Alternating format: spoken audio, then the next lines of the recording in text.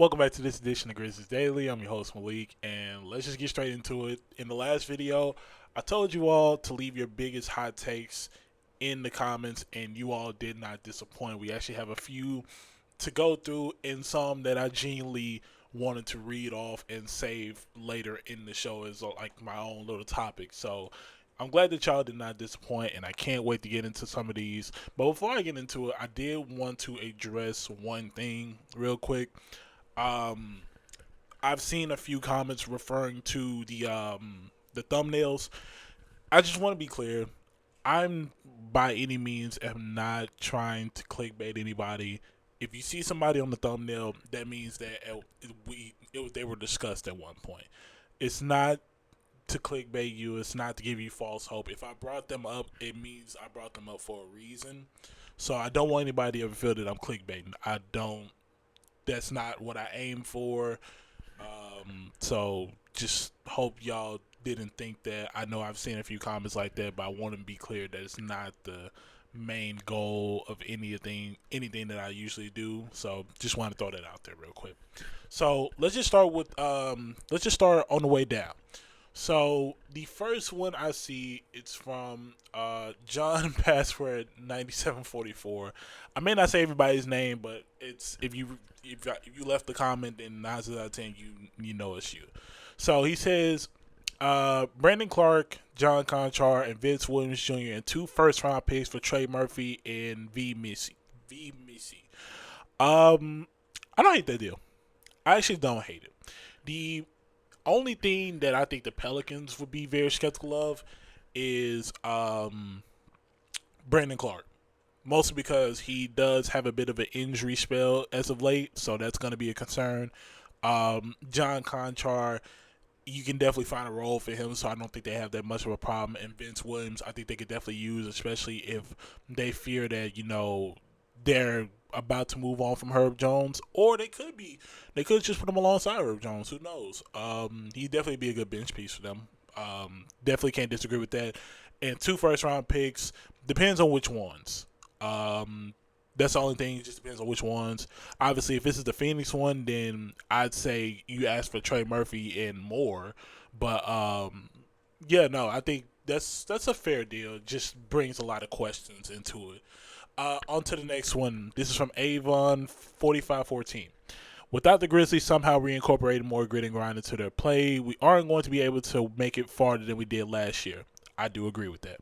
Sometimes watching the games, and I watch almost every game, it feels like we don't care if we win or lose. It feels like there is no incentive for them to win. So I think effort is really the turning point of our team. And you are absolutely right. That's why I think the effort started with Taylor Jenkins and it came into the lineups, because there's a point in time, and I think we can all agree, there was a point in time where last year the Grizzlies were just frustrated with the lineups. And you could definitely tell. They didn't show it, but you could definitely tell. The energy was off. A lot of guys didn't know how to play with each other, and that simply threw the chemistry of the team off. And obviously, with injured players, slumps during games, and then just, the veterans they're not really being veterans, and the veterans that are there not really playing their role.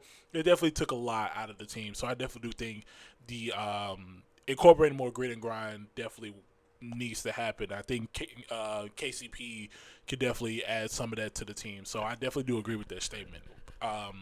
So the next one is from Grizzlies Edits. He says, Ja will play 70-plus games and will be third in MVP race, as well as be known as the second best point guard by SGA until they win the chip. Now, that is a very hot take, and I enjoy it, and I'm going to save that one for later in the video because I actually really enjoy that one. Another one that I see, hot take, this is from Jerry Reagan, 9110. He says, Edie will average 15 rebounds a game, and he has a comment under that says someone said probably 18. I agree. I absolutely agree. Edie does have a chance to average that many boards. It all depends on how the team is shooting as well. Grizzlies shot a wild amount of threes that I'd say that I'm used to. But, it's definitely possible. I think Edie, he didn't have a problem being consistent with it. So I can definitely see there being a point where Edie averages at least 13 to 15 rebounds a game next year. The next one is from Sylvester Williams, 1931. He says, extension of team/city agreement to stay in Memphis. What have you heard? We want another 25-year agreement. Now, we haven't heard anything necessarily new. We just know that the leasing deal isn't happening this summer. So it could happen next year, it could happen 2 years from now, but there is no signs that the Grizzlies are leaving the city of Memphis. If anything, there are more signs that lead to them staying than them leaving. So that's all I really got to say about that. The next one is from Yo Boy Champ 9314. I'm sorry, these names are a little funny. Had a little discussion in the comments. He said Gigi could start. The only thing with Gigi that is preventing him from starting is the talent that's in his position and what we've already seen from Gigi. I think he definitely can be in a position where he can start. It's just a matter of what he brings to the game. I mean, there's a point in time where we got to call a spade a spade. Gigi Jackson had a problem. He had a problem scoring off the dribble, which kind of led to more time him having the ball and not really going anywhere with it. His perimeter defense is like I'm seeing this comment right now. His perimeter defense is a little skeptical. It makes it hard for him to stay on the court sometimes. Other than that, I like Gigi's effort. I like his game. I like the offense that he brings. It's really just that defense that's the main thing, and that's why he's not really able to stay on the court for a long amount of time. Or at least if he's in, just put him around a more defensive lineup and have him be one of the more primary scorers. I think you could definitely work with that. But as far as a starter, I don't know. It's really just a matter to see how the season goes. If he impresses off the bench, then I think he definitely can work his way up to the starting role. All right, we got a few more. This from Aaron Mwanda. I hope I said that right. Correct me if I didn't. He says the Grizzlies roster is currently better constructed than the Lakers. Hence, we are set for a top 4 seed in the West. Here's the thing, and this is a hot take on top of a hot take. I don't think the Lakers are a top 4 seed in the West. I'm sorry. I just don't think they're a top 4 seed in the West. I think they could definitely be like a 6 spot right outside the play-in. I'm sorry. Like, yes, you have LeBron and Luka, but we gotta face the facts. That Lakers roster is not good. It's just not. It's not a championship roster. So, let alone top 4 in the Western Conference, which we kind of all agree is a tougher conference. Let's just be honest. It's not happening. That's just reality. So, I definitely do think the Grizzlies, it's constructed slightly better. It's constructed fairly equally or slightly better, but having Luka and LeBron on the same team definitely does give you the edge. So I don't necessarily disagree with this one, just for the simple fact that I don't think the Lakers are a top 4 seed in the West. Another hot take. This is from Chris WAG. I'm not gonna say it because I don't know how to pronounce it, and I really don't want to mess it up. This is the last one. He says, "I'm assuming he's saying coward." He says Coward needs to get valuable minutes.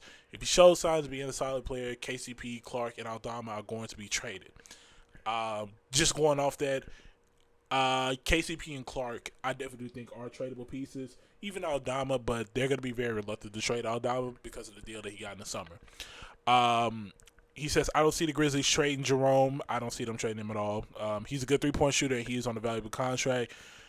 Kleiman likes him young. He's looking at the next draft. I can see the Grizzlies trading up into next year's draft for another top prospect.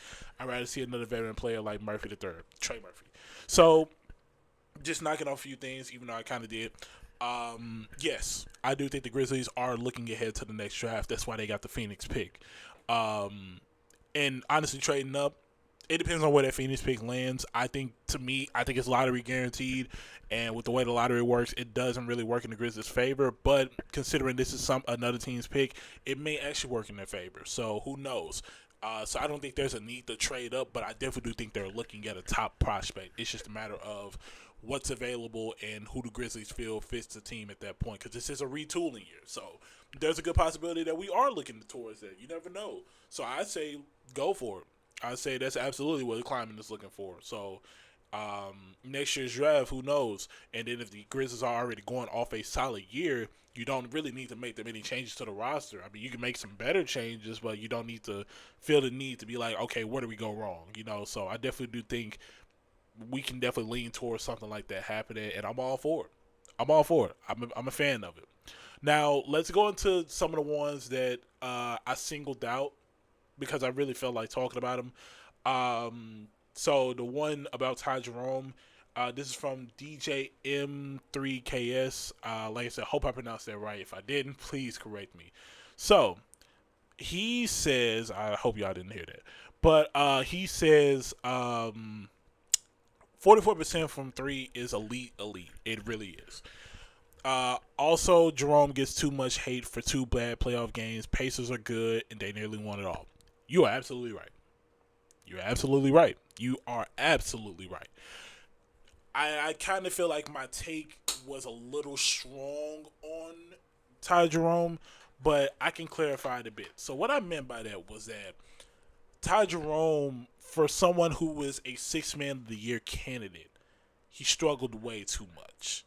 And the reason I say, I agree, Ty Jerome got way too much flack for those two playoff games, and it's just I think just being in that position, I think it's just the fact that he was expected to be a spark plug off the bench, and he just didn't. And I think it kind of hurt them a little more because you got that kind of effort out of Max Strus, who played solid. He didn't play great, but he played solid. So if you got that on top of Ty Jerome's play from the regular season, it definitely would have worked out. Because here's the thing: Ty Jerome had spurts where he genuinely had great games. So the fact that didn't carry over to the playoffs, I think, is why he got the flack that he did. So I think the main thing with Ty Jerome is, especially for the Grizzlies, he just needs to step up when it matters the most. You don't want a situation, and I hate to throw shade at him, but you don't want a situation similar to Desmond Bain, where great in the regular season, but come playoff time in certain games, he does not know how to find his shot. And that's just something I think the Grizzlies all want to avoid. So, yeah, I agree. Ty Jerome gets a little too much hate for that, and I think the Cleveland definitely gave on him a little too much. I don't see a world why they wouldn't pay him, but yeah, that's just something that really kind of threw me off. But I definitely do agree with that take right there. Kind of taking a break from the takes. Our boy Santi Aldama, he is playing in the EuroLeagues for Spain. Seen a few highlights from him. He's playing good. I can't even complain. He's playing good. The only thing I'm working to pull up his stats right now. There you go. Santiago Aldama. I forgot that's how it's done for him in EuroLeague. So the only thing from Santi that really just kind of throws me off with the EuroLeague is he's playing good. From the highlights that I see, and I'm simply saying from the highlights that I've seen, he's played decent. He's played solid. It's kind of hard to pull up his stats because if you're not watching the games, it's kind of hard to pull that up. I do know. I think in his most recent game though, he had 20 points, so that's a very good sign. The only thing with Santi, and I hate that I can't really see it because I don't know how to watch these EuroLeague games. If y'all have a way to watch them, please let me know, and I'll definitely check them out, or at least the highlights.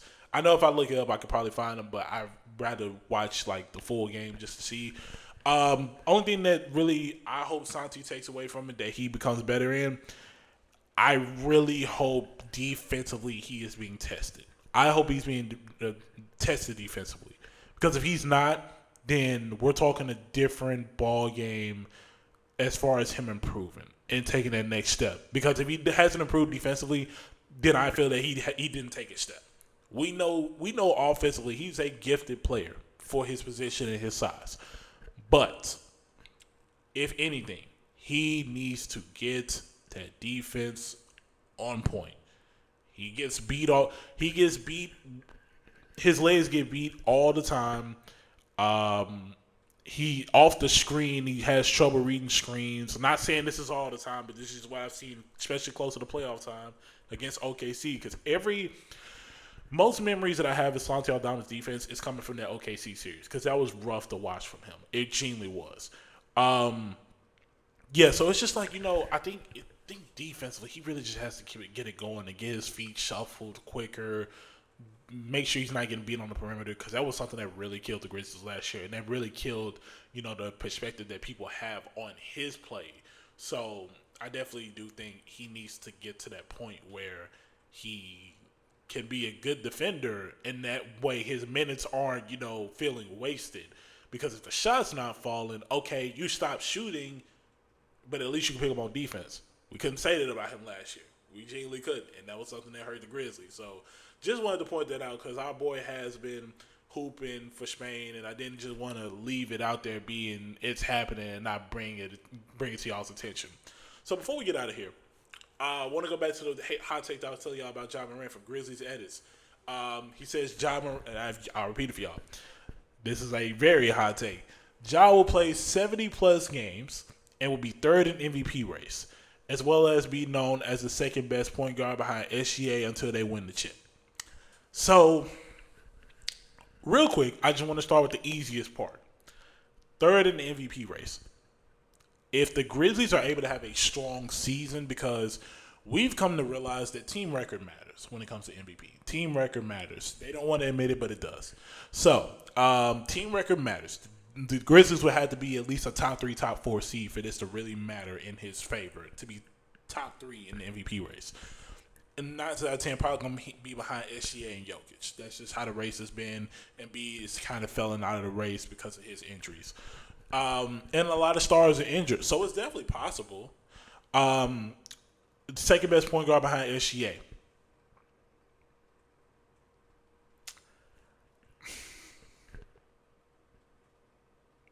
How do I say this without not? How do I sound this with? I'm finding a struggle to say this because I at one point I did believe this, but I can't. And the reason I say I can't is because for Ja to be the second best point guard behind SGA, and this is just me being honest, that means he has to be better than Luka. I'm thinking in my head right now of all the point guards that are probably better than Ja Morant, if we're being honest. He would have to be better than Luka. As crazy as it is, I think it's safe to say he'd have to be better than Jalen Brunson. I'm sorry. Jalen Brunson's been balling the last 2 years. Not saying Ja hasn't, but Jalen Brunson has been on a different level. It's a long list of point guards. Not saying long list of point guards better than Ja, but it's a long list of point guards to go through. But you get my point. Those are just two off the rip that I think are better than Ja. And, of course, with the resume now, SGA is better. So definitely have to keep that in mind. But a lot of stars are hurt right now, so he has a possibility of making that happen. Ja will play 70 games. That is the hope. That's the hope. Oh, wait. Going back to that last part. I forgot the last part. Until they win the chip. Okay. That's my bad. I missed that part. If he does win a chip, then absolutely he's the second best point guard in the league. Absolutely. Okay, now the 70 games part. That might be asking for a lot. I'm being honest. That might be asking for a lot. We're talking about a guy who has barely played 50 games in the last 3 seasons, I want to say. 3, 4 seasons. I don't know. But that's asking for a lot. I've said 60 to 65. If he can play at least 65 and qualify for some awards, then we're talking a different ballgame. That's really the main. That is honestly the main thing that is behind all of this. This first part, if he plays at least 65 to 70 games, if he plays that much, then all the rest of this take, we really have a discussion about it. But right now, we really have to hope that he is consistent with being on the court. That is the only thing with Ja. And I will say this: I absolutely think he will return to MVP form. He will return to MVP form this season. So I'm absolutely ready to see Ja Morant get to work. And I can't wait to see how the season turns out for the Grizzlies because he has the keys again. It's him and Jaren and some others. Now we just got to make it work. New system, new coach, first time dealing with a new coach for him and Jaren and a lot of these players on the team. So just got to hope that it works out for the best. Like I said, I'm ready. We're a month away. It is September. Y'all know football started. And, we're here now. NBA season is already approaching. So that's going to wrap up this edition for Grizzlies Daily. If y'all got any more hot takes, feel free to leave them down in the comments below. Like I said, I've always loved to hear from y'all. So absolutely wouldn't mind hearing from y'all again and absolutely doing this again. So definitely make sure to leave them again in the comments below. And we'll get some more of them in the next one. As far as everything else, September 1st did pass. A happy 901 day to all my Memphis folks. If y'all from Memphis and the city. So definitely hope y'all celebrated safely and did y'all thing with that, because I know I did. I was on bill for a bit. So if y'all see me, make sure to say something. Absolutely. If you like this video, make sure to like, comment, subscribe, turn on post notifications. Like I said, comment your hot takes. I love to hear them. If you got more of them from the same people, absolutely, leave them again. I love talking about them. I love hearing y'all's input and me going off of them. That's the best way for me to get this content out for y'all. So absolutely love to hear. Can't wait to hear from y'all for the next video. That's an edition. I'm going to have to sign off on y'all. Peace.